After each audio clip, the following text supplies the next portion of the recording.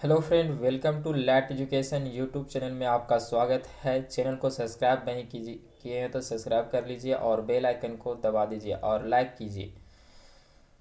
और Telegram group में नहीं जुड़े तो टेलीग्राम ग्रुप में आप जुड़ जाइए। तो आज का मेरा टॉपिक है औरंगजेब। तो औरंगजेब का शासनकाल 1658 से 1707 ईस्वी तक रहा। इसमें नंबर 1 पॉइंट है, औरंगजेब का जन्म 24 अक्टूबर 1618 को दोहा हाद गुजरात नामक स्थान पर हुआ था। अगला पॉइंट है, औरंगजेब का बचपन का अधिकांश समय नूरजहां के पास बीता। 18 मई 1637 ईस्वी को फारस की के राजघराने की दिला रास बानु बेगम के साथ औरंगजेब का निकाह हुआ, अर्थात औरंगजेब का विवाह हुआ।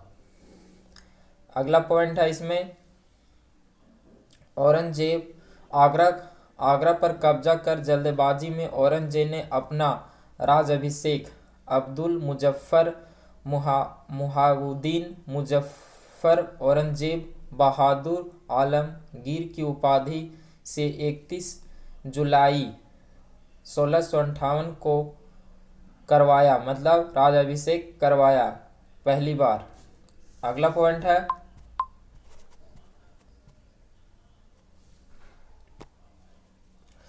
देवराय देवराई के युद्ध में सफलता होने के बाद 15 मई 1659 को औरंगजेब ने दिल्ली में प्रवेश किया और शाहजहां के शानदार महल में 5 जून 1659 को दूसरी बार राजाभिषेक करवाया। तो पहली बार कब करवाया? तो पहली बार 1658 ने कराया और दूसरी बार कराया 1659 ईस्वी में। अगला पॉइंट है इसमें, औरंगजेब के गुरु थे मीर मोहम्मद हाकिम।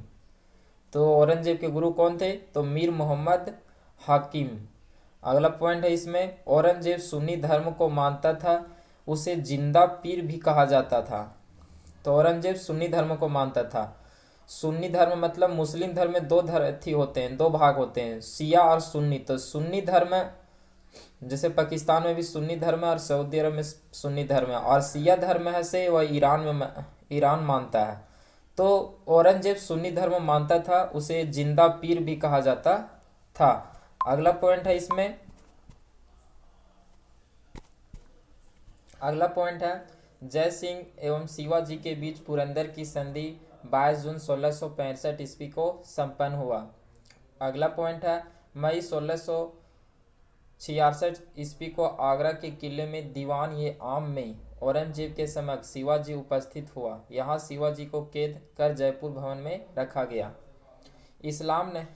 इस्लाम नहीं स्वीकार करने के कारण सिखों के 9वें गुरु तेग बहादुर को हत्या औरंगजेब ने 1675 ईस्वी में दिल्ली में करवा दिया।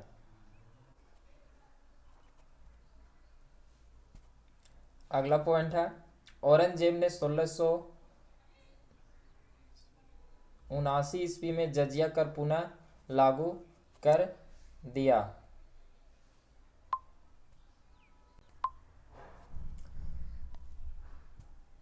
अगला पॉइंट है, औरंगजेब ने बीबी का मकबरा का निर्माण 1679 ईस्वी में औरंगाबाद महाराष्ट्र में करवाया। अगला पॉइंट है, 1685 ईस्वी में बीजापुर एवं 1687 ईस्वी में गोलकुंडा को औरंगजेब ने मुगल साम्राज्य में मिला लिया। अगला पॉइंट है इसमें, मदानाना एवं अनकनाना नामक ब्राह्मणों का संबंध गोलकुंडा के शासक अबुल हसन से था। तो 2 ब्राह्मण थे, मदनाना और अकनाना। अगला पॉइंट है, औरंगजेब के समय हुए जाट विद्रोह का नेतृत्व गोकुला एवं राजा राम ने किया था। 1670 ईस्वी में तिलपत की लड़ाई में जाट परास्त हुए और गोकुल को मौत की घाट उतार दिया गया।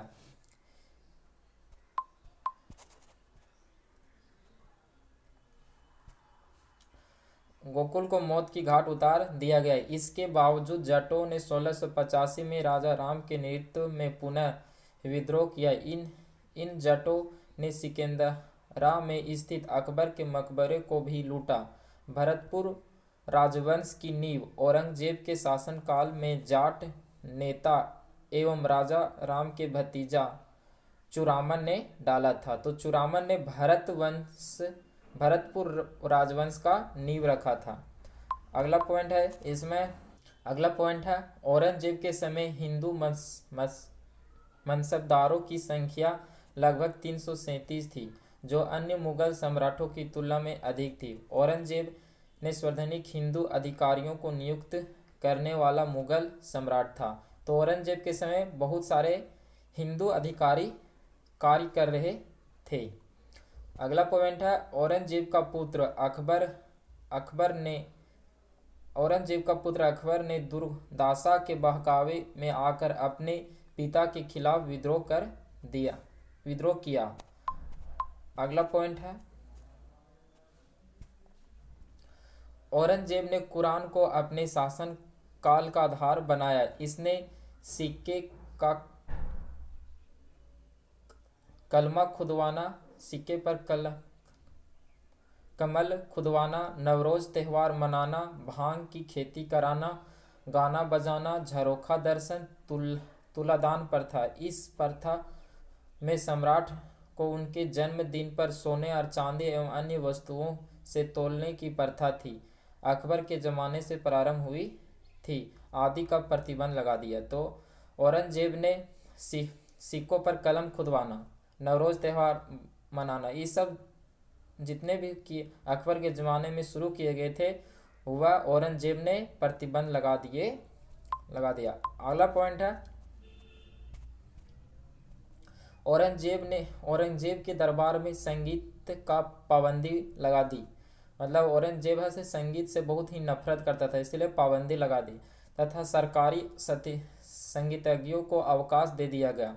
भारतीय शास्त्रीय संगीत पर फारसी में सबसे अधिक पुस्तकें औरंगजेब के ही शासनकाल में लिखी गई। औरंगजेब स्वयं वीणा वादक बजाने में दक्ष था। तो औरंगजेब स्वयं ही वीणा बजाता था, बहुत अच्छा। अगला पॉइंट है इसमें